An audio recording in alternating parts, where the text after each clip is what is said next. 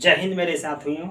ये पार्ट 3 है जो हरियाणा चंडीगढ़ लाइनमैन का हम लोग पेपर सॉल्व कर रहे हैं। उसमें जो पार्ट 3A है, क्योंकि 1 से लेकर 50 तक हम लोग क्वेश्चन को सॉल्व कर चुके हैं। अब हम लोग 50 के बाद वाले क्वेश्चन को हम लोग सॉल्व करने वाले हैं। तो दोस्तों आप वीडियो को पूरा देखिएगा। हम पूरे डिस्कशन कर रहे हैं, पूरे क्वेश्चन के साथ सोल्यूशन भी बता रहे हैं। आप वीडियो को बस पूरा देखिए।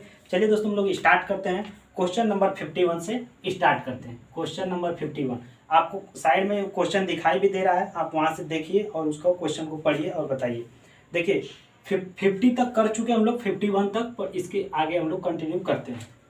Synchronous motor are not self starting vehicle. जो सिंक्रोनस मोटर होता है तो सेल्फ स्टार्ट नहीं होता है, तो वही पूछ रहा है कि सिंक्रोनस मोटर जो होता है are not self starting vehicle, क्यों ऐसा होता है, क्यों सेल्फ स्टार्ट नहीं होता है। ऑप्शन ए दिया है starting can be use on this machine. B दिया है starting winding is not provide on this machine. और सी दिया है the direction of the rotation is the not reverse. उसको उल्टी दिशा में नहीं चला जा सकता। द डी दिया ऑप्शन कि the direction is the instantaneous torque is the reverse after half cycle. तो इसका 51 का जो डी ऑप्शन है वो बिल्कुल राइट लग रहा है कि the direction of instantaneous torque is reverse after. जब उसको उल्टी दिशा में चलाते हैं तो ऐसे कुछ होता है कि इंडक्शन रिवर्स में चल जाता है, ठीक है। और इसको जो सिंक्रोनस मोटर की बात कर रहे हैं, देखिए जो सिंक्रोनस मोटर होता है, सिंक्रोनस मोटर जो है ये तो सेल्फ स्टार्ट नहीं है, इसको सेल्फ स्टार्ट बनाया जाता है। सेल्फ स्टार्ट बनाया जाता है, क्या किया जाता है, इसको बनाया जाता है, सेल्फ स्टार्ट बनाया जाता है। कैसे सेल्फ स्टार्ट बनाते हैं, इसमें पोनी मोटर लगा देते हैं, डैम्पर वाइंडिंग कर देते हैं। जो डैम्पर वाइंडिंग यूज करते हैं वो डैम्पर वाइंडिंग करके उसको स्टार्टिंग कर देते हैं। डैम्पर वाइंडिंग से एक और होता है, हंटिंग को कम किया जाता है और यहाँ से स्टार्टिंग भी करते हैं सिंक्रोनस मोटर। याद रखिए कि जो डैम्पर वाइंडिंग जिसमें कर देते हैं वो केवल साइलेंट पोल मोटर में करते हैं, सब मोटर में नहीं होता, ओनली साइलेंट पोल मोटर में होगा, केवल ओनली साइलेंट पोल मोटर में, साइलेंट पोल मोटर में होता है। तो इसका ऑप्शन होगा 51 का डी, 51 का ऑप्शन होगा डी। अब हम लोग चलते हैं क्वेश्चन नंबर 52 पे। 52 पे चलते हैं, देखिए क्या है क्वेश्चन, पढ़िए 52। A synchronous motor working of the leading power factor at no load is the known as. Synchronous motor जो होता है लीडिंग पावर फैक्टर, ये देखिए किस पावर फैक्टर पे चलता है। सिंक्रोनस मोटर की बात करें तो ये लीडिंग, लैगिंग, यूटिलिटी तीनों में चलता है। लेकिन यहाँ से क्या दिया है, synchronous motor working on the leading power factor. जब सिंक्रोनस मोटर नो लोड पे लीडिंग वर्किंग पावर फैक्टर पे काम कर रहा है तो किस तरह से काम करेगा, कंडेंसर की तरह, सिंक्रोनस कंडेंसर की तरह, और ऑप्शन सी दिया है इन्वर्टर की तरह, डी दिया है कन्वर्टर की तरह। तो ऑप्शन जो 52 जो 52 नंबर का क्वेश्चन है उसका हो जाएगा सिंक्रोनस कंडेंसर की तरह, वह लीडिंग पावर फैक्टर में काम करता है। किसकी तरह, सिंक्रोनस कंडेंसर की तरह से काम करता है, ठीक है। इसका राइट ऑप्शन होगा 52 का बी। अब क्वेश्चन नंबर 53, एक चीज और बताते हैं आपको, सिंक्रोनस मोटर में भी करो पूछा जाता है, भी करो इन्वर्टर भी करो। तो भी करो किसके किसके बीच खींचते हैं, तो ये फील्ड करंट और आर्मेचर करंट के बीच में खींचा जाता है। फील्ड करंट और आर्मेचर करंट के बीच में भी करो खींचा जाता है। भी करो, देखिए ये होता है भी करो, ठीक है, ये है इसका भी करो। यहाँ से होता है ये यूनिटी पावर फैक्टर होता है, इसके इधर मोटर में लीडिंग होता है और इसके इधर लैगिंग होता है, ठीक है। इस साइड जाएंगे तो लैगिंग, इधर जाएंगे तो लीडिंग, ये मोटर में होता है। ये भी करो, अगर इन्वर्टेड भी करो पूछेगा तो वो किसके किसके बीच खींचा जाता है, देखिए इन्वर्टेड भी करो पूछेगा तो यहाँ पे फील्ड करंट हो जाएगा, यहाँ पे पावर फैक्टर के बीच खींचा जाता है, यानी cos फाई पावर फैक्टर के बीच में खींचा जाता है। इन्वर्टेड भी करो ये वाला, फिर यही वाला, ये यूनिटी पावर फैक्टर इधर लीडिंग का काम करेगा, इधर लैगिंग का काम करता है, ठीक है। अब यहाँ से 52 का कौन सा ऑप्शन हो जाएगा, बी हो गया। 53 का कौन सा ऑप्शन सही हो गया, देखिए 53 में दिया operating cycle, operation speed of the synchronous motor can be change to a new fix value changing the load. इसका देखिए जो सिंक्रोनस मोटर होता है, सिंक्रोनस मोटर की बात करते हैं तो इसका देखिए स्पीड फार्मूला से हम लोग सॉल्व कर लेते हैं इसको। क्वेश्चन नंबर 53, NS बराबर क्या होता है, 120F/P। स्पीड को आपको चेंज करना है तो या तो फ्रीक्वेंसी बढ़ाएंगे या तो पोल को बढ़ा के कर सकते हैं। पोल को बढ़ाएंगे तो फ्रीक्वेंसी स्पीड कम हो जाएगी, फ्रीक्वेंसी को बढ़ाएंगे तो स्पीड बढ़ जाएगी। इसके इस तरह से इनवर्सली प्रोपोर्शनल, ठीक है। देखिए क्या दिया है कि the operating speed of synchronous motor can be change, कैसे चेंज कर सकते हैं, चेंजिंग द लोड, लोड को चेंज करके, changing the supply voltage, supply voltage को चेंज करके, ऑप्शन सी दिया चेंजिंग द फ्रीक्वेंसी, फ्रीक्वेंसी को चेंज करके हम लोग क्या कर सकते हैं, लोड इसको स्पीड को चेंज कर सकते हैं, या तो पोल को भी कर सकते हैं। तो पोल वाला कोई ऑप्शन नहीं दिया है, यहाँ पे राइट ऑप्शन होगा 53 का सी। ठीक है, अब चलते हैं क्वेश्चन नंबर 54 में क्या है, What is the KVA rating of required for the transformer? The must handle the maximum current 8 ampere with the secondary voltage 2 kV। यानी देखिए जो ट्रांसफार्मर में जो पावर होती है वो तो पता है कि कांस्टेंट होता है, प्राइमरी साइड सेकेंडरी साइड। ठीक है, ये हो गया ट्रांसफार्मर, ये हो गया इसका प्राइमरी वाइंडिंग, और इधर से हम लोग कर लेते हैं इसका सेकेंडरी वाइंडिंग। इधर का पावर P1, ये पावर हो जाएगा P2, वोल्टेज यहाँ का V1, इस सेकेंडरी साइड का वोल्टेज V2, इधर का करंट को बोलेंगे I1, इधर का जो करंट होगा उसको बोलेंगे I2 सेकेंडरी साइड का। तो ये बोला है कि the what KVA rating, KVA rating क्या होता है कि जो ट्रांसफार्मर की रेटिंग में रिप्रेजेंट करते हैं, the transformer that must be handle maximum current 8 ampere. ये करंट आपको दे रखा है कि मैक्सिमम करंट 8 एम्पियर है, 8 ampere with a secondary voltage भी आपको दे रखा है, जो V2 दे रखा है वो कितना दिया है, 2 kV दिया है, 2 kV दिया है। तो पावर पूछ रहा है कि what is the KVA rating, KVA rating कितना हो जाएगा, P बराबर V इंटू आई, तो V1 कर लीजिए I1 जो मैक्सिमम करंट हो जाएगी, तो 8 इंटू 2 KVA, ये खुद KVA में ही दिया है, तो कितना हो जाएगा 16 KVA। तो इसका ऑप्शन देखिए क्या सही है, ऑप्शन ए दिया 4 KVA, बी दिया 0.25 KVA, सी दिया 16 KVA। तो यहाँ पे क्या हो जाएगा 54 का सी हो जाएगा, क्वेश्चन नंबर 54 का सी। अब हम लोग चलते हैं क्वेश्चन नंबर 55 क्या है, earthing arrangement of the residential building should be the inspection in the interval of, मतलब जो अर्थिंग करते हैं बिल्डिंग में, जो अर्थिंग किया जाता है वो कितने टाइम इंटरवल के बाद उसको इंस्पेक्शन किया जाना चाहिए, कितने समय के बाद उसका इंस्पेक्शन, हर कितने समय के बाद उसको बार बार करना चाहिए, 3 month, 6 month, 9th month and 12th month. इसका राइट ऑप्शन बी होगा, 55 का जो होगा बी, यानी 6 मंथ में आपको बार बार उसका इंस्पेक्शन करवाना चाहिए, जो अर्थिंग बिल्डिंग में हम लोग करते हैं।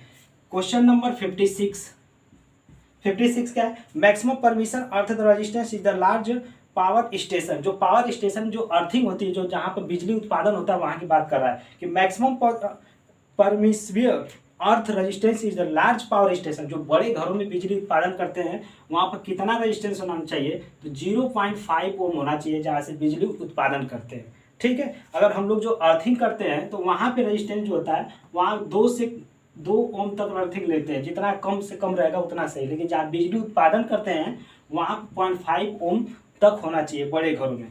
चलिए क्वेश्चन नंबर 56 हो गया, 56 का ऑप्शन ए राइट है। 57 पे आते हैं, the length of pipe electrode use for the earthing should have not be less than, pipe earthing का जो कितना लंबाई होना चाहिए। तो देखिए थोड़ा सा अर्थिंग के बारे में लोग समझ लेते हैं, अर्थिंग के बारे में क्वेश्चन क्या है, the length of pipe electrode use of the earthing should, देखिए जो पाइप वाला अर्थिंग करते हैं हम लोग, पाइप वाला अर्थिंग किया जाता है, ये इसमें भी जो GI वाला वायर होता है, तो पहले तो इसका डायामीटर पूछता है कि जो ये डायामीटर कितना होता है, तो इसका याद रखिएगा 38 mm होता है। इस गोले का जो ब्रीथ होता है जो उस पर कटा हुआ था उसका डायामीटर 12 mm होता है, कितना होता है 12 mm। इसका जो डायामीटर पूछता है कि जो GI पाइप निकलता है उसका डायामीटर कितना होता है, तो इसका जो डायामीटर होता है 2.5 से लेकर 12.7 mm से लेकर इतना होता है 12.7। इसका जो होता है 12.7 जो होता है 12 mm, ये इसका वृत्त का गोले का जो हम लोग काटते हैं उसमें छिद्र करते हैं उसका डायमीटर होता है। ठीक है, इसमें क्या करते हैं, चारकोल मिलाते हैं, चारकोल मिलाएंगे फिर कोयले का ऐसे करके कुछ लेयर देते हैं, इसके बाद हम लोग अर्थिंग करते हैं। यह जमीन के अंदर लगभग कितना 2.5 से 3 मीटर तक होता है, 2.5 से 3 मीटर मिनिमम होना चाहिए। ठीक है, तो ये क्वेश्चन दिया है कि the length is a pipe electrode use for earthing should not be less than, किससे कम नहीं होना चाहिए, इसके बारे में पूछ रहा है कि इससे कम नहीं होना चाहिए, 2.5 मीटर से कम नहीं होना चाहिए। तो क्वेश्चन नंबर 57 का कौन सा ऑप्शन सी हो जाएगा, राइट, सी ऑप्शन सही होगा। ठीक है, अब चलते लोग क्वेश्चन नंबर 58 पे, पढ़िए, आपको क्वेश्चन 50 नंबर 8 दिखाई दे रहा है, आप पढ़िए उसको। देखिए क्या दिया है, which effect cause by passing electric current in the liquid, liquid में जो करंट फ्लो करता है उसकी पूछ रहा है। बैटरी से रिलेटेड क्वेश्चन है ये। क्वेश्चन नंबर 58 क्या है, which effect cause by the passing electric current is the liquid, liquid में कौन सी करंट करती है, हीटिंग और लाइटिंग, मैग्नेटिक, केमिकल। तो केमिकल ही है, इसका राइट ऑप्शन सी हो जाएगा। ये रटने वाला क्वेश्चन है, ऑप्शन डी का हो जाएगा केमिकल। ठीक है, क्वेश्चन नंबर 59 पे आते हैं। 59 क्या है, what is the function of fine selector switch is the battery charger. देखिए जो बैटरी चार्ज करते हैं, बैटरी चार्जर की बात कर रहा है। बैटरी चार्जर जो स्विच सिलेक्टर करता है वो करंट के आधार पर होता है कि वोल्टेज के आधार पर होता है। तो देखिए वो वोल्टेज के आधार पर नहीं होता, वो करंट के आधार पर होता है। कितना करंट आपको चार्ज करना है, कितना ज़्यादा करना है, तो उस हिसाब से उसको करंट के हिसाब से डिजाइन किया जाता है। तो 59 का ए हो जाएगा select of the current rating, option A ही दिया है इसका। Current select of the current rating, select of the charging time, select of the voltage range, selection of the charging method. वो मेथड पे डिपेंड नहीं करेगा, ऑप्शन ए से हो जाएगा कि सिलेक्ट द करंट चार्जिंग। ठीक है, तो करंट चार्जिंग के आधार पे उसको डिजाइन किया गया। अब चलते हैं क्वेश्चन नंबर 60 पे। देखिए which part is the losing electrons during the electrolysed, जब लूज होता है which part is the losing electrons during the electrolysed, electrolysed के समय कैथोड, एनोड, इलेक्ट्रोलाइट, सेपरेटर। तो इसका ऑप्शन हो जाएगा बी एनोड, एनोड के हिसाब से वो इलेक्ट्रोलाइट डिजाइन होता है। चलते हैं हम लोग क्वेश्चन नंबर 61 पे। 61 क्या है, what is the fusing factor of the rewirable fuse की बात कर रहे हैं। देखिए आपको हम पहले रिवाइवेबल फ्यूज दिखा रहे थे, देखिए वहाँ से जो आपको साइड में दिख रहा है रिवाइवेबल फ्यूज है।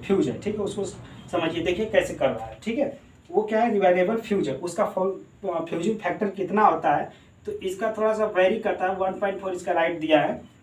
ठीक है, ऑप्शन 61 का हो जाएगा बी ऑप्शन।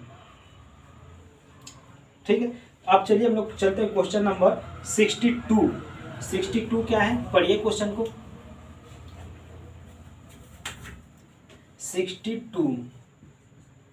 62 दिया है, which type of the load is the protect by the L series MCB. L series MCB, आपको पहले एल सीरीज एमसीबी भी हम दिखाते हैं इमेज में।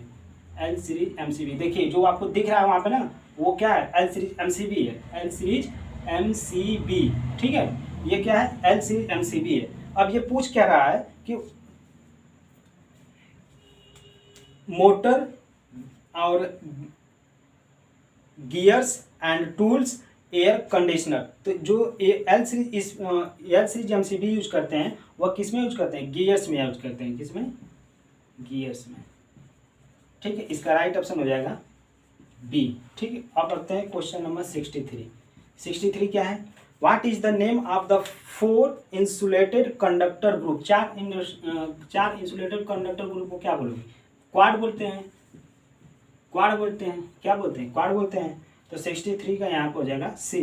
क्वेश्चन नंबर 64 पे आइए, which is the use for fitter material for the fixing screw hole of the ceiling. तो देखिए पहले स्क्रीव होल, क्वेश्चन नंबर कौन सा है, 64। हाँ ठीक है, which use of the a fitter material is the fixing screw hole of the ceiling, paper, nylon. तो इसका 64 का क्या होगा, देखिए जो स्क्रू होल होता है इस तरह से डिजाइन आपको वहां पे दिख रहा होगा, वो किसका होता है, तो वो नायलॉन का बनता है। किसका बनता है, नायलॉन का, जिसको हम लोग उसको क्या करते हैं, दीवार में जब काम लगाना होता है उसको करके फिर उसको हम स्क्रू से टाइट कर देते हैं, तो स्क्रू होल हो गया। ठीक है, किसका है, नायलॉन का है, नायलॉन। अब क्वेश्चन नंबर 65 को पढ़िए और बताइए। Question number 65, what is the purpose of ELCB। ELCB जो होता है अर्थ लीकेज सर्किट ब्रेकर होता है, ELCB। ठीक है, अर्थ लीकेज सर्किट ब्रेकर। 65 क्या है, what is the purpose of ELCB, detects of the fault in the circuit, monitor of the residual current, the protection is the equipment form of the overload, protection of the form short circuit fault। तो देखिए इसका 65 का जो B option दिया है, तो ELCB अर्थ leakage circuit breaker. तो ये होता है, ये अर्थ लीकेज सर्किट ब्रेकर, अर्थ लीकेज सर्किट ब्रेकर, ठीक है, अर्थ लीकेज सर्किट ब्रेकर हो गया। इसके बाद आपसे ऑप्शन जो पूछा है कि किस में होता है, detect from the fault in the circuit, option B पढ़िए, देखिए क्या लिखा है कि monitor of the residual current, तो रेजिडुअल करंट वही होती है, अर्थ लीकेज सर्किट ब्रेकर नहीं आता। तो इसका क्या हो जाएगा, ऑप्शन बी 65 का बी राइट होगा। 66 पे चलते हैं। 66 क्या है, calculate the earth fault loop impedance if ELCB tripping current is 30 milli ampere, 30 milli ampere. देखिए क्वेश्चन नंबर 66 को हम लोग छोड़ रहे हैं, इसको हम क्या करेंगे, अभी सॉल्व हम नहीं किए हैं, ठीक है। जैसे ही हमको सॉल्व करके अगर लगा लेते हैं इसको, तो हम कमेंट बॉक्स में इसका आपको बता देंगे। अगर आप कर लेते हैं तो आप भी हमको कमेंट करके बता दीजिए, क्योंकि हमें खुद नहीं आ रहा है इसलिए हम इसको गेस किए हैं, छोड़ेंगे। अब जब आएगा तो हम आपको कमेंट करके बता देंगे, कमेंट में इसका आंसर दे देंगे। अगर आपको आ रहा है तो आप भी हमें बता सकते हैं, कोई ऐसा बात नहीं, हमें आया तो आप बता दीजिए, और आपको आ रहा है तो हमें भी बता दीजिए, हम भी जान जाएंगे। चलिए क्वेश्चन नंबर 67 पे आते हैं। 67 पे, which wiring is the suitable for the temporary installation, जो टेम्पररी इंस्टॉलेशन जो वायरिंग करते हैं वो कौन सी वायरिंग होती है, cleat wiring, concealed wiring, PVC conduit wiring और मेटल कंड्यूट वायरिंग। तो यहाँ पे जो ऑप्शन ए हो जाएगा 66 का ए, जो क्लिट वायरिंग हम लोग करते हैं वो पोर्टेबल कहीं भी हटा सकते हैं, जल्दी से, सस्ती भी पड़ती है क्लिट वायरिंग, ठीक है। अब आते हैं क्वेश्चन नंबर 68 पे। 68 क्या है, what is the expectation of the ECC का आपसे फुल फॉर्म पूछ रहा है, ECC क्या होता है, इसे अर्थ कंटिन्यूटी कंडक्टर होता है, और इसका क्या होता है, अर्थ कंटिन्यूटी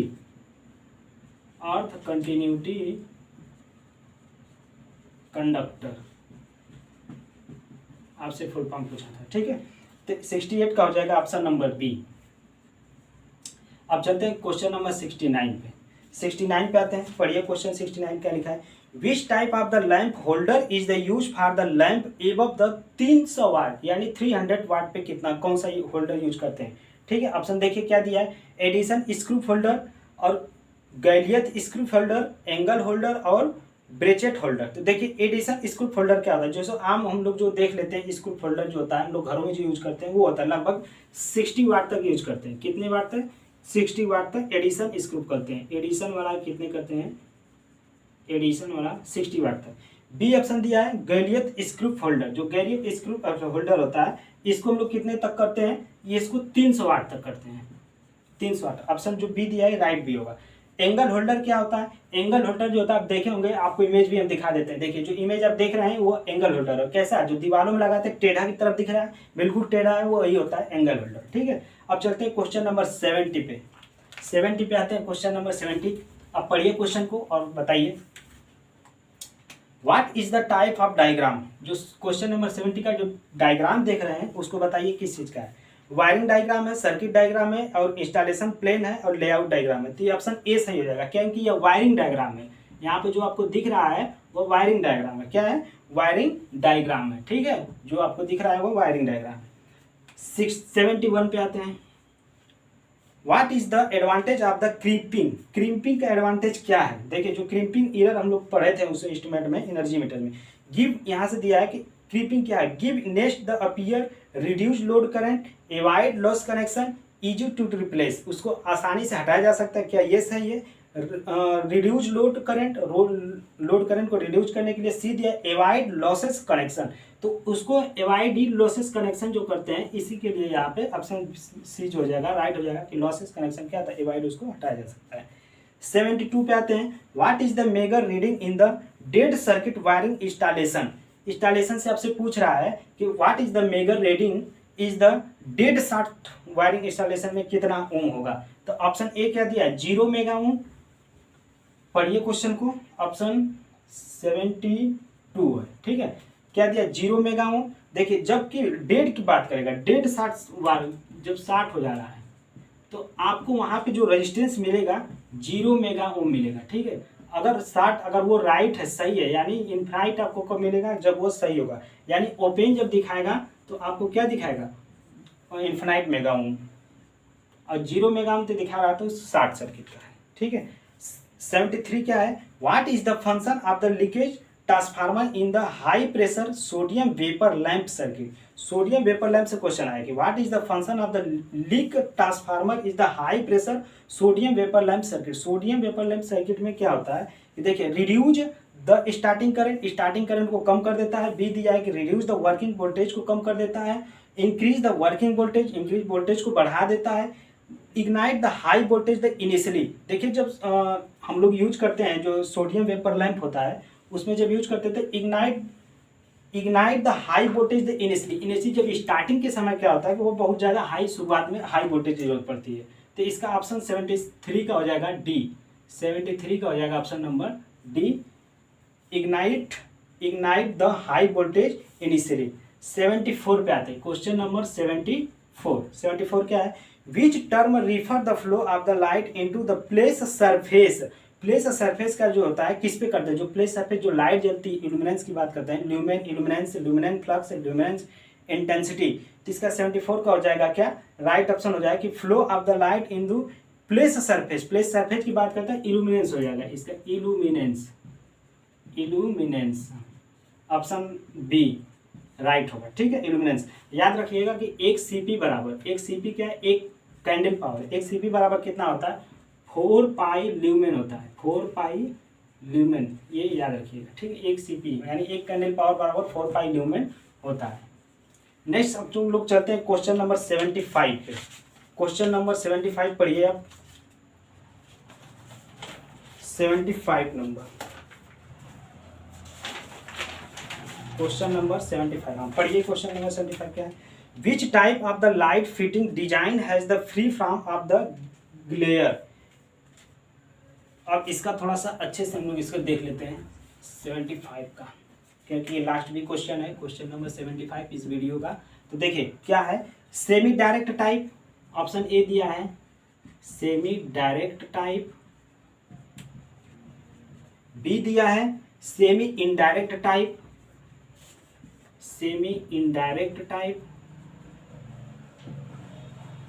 और सी दिया है direct lighting type, direct light. अब डी ऑप्शन दिया इनडायरेक्ट लाइटिंग टाइप,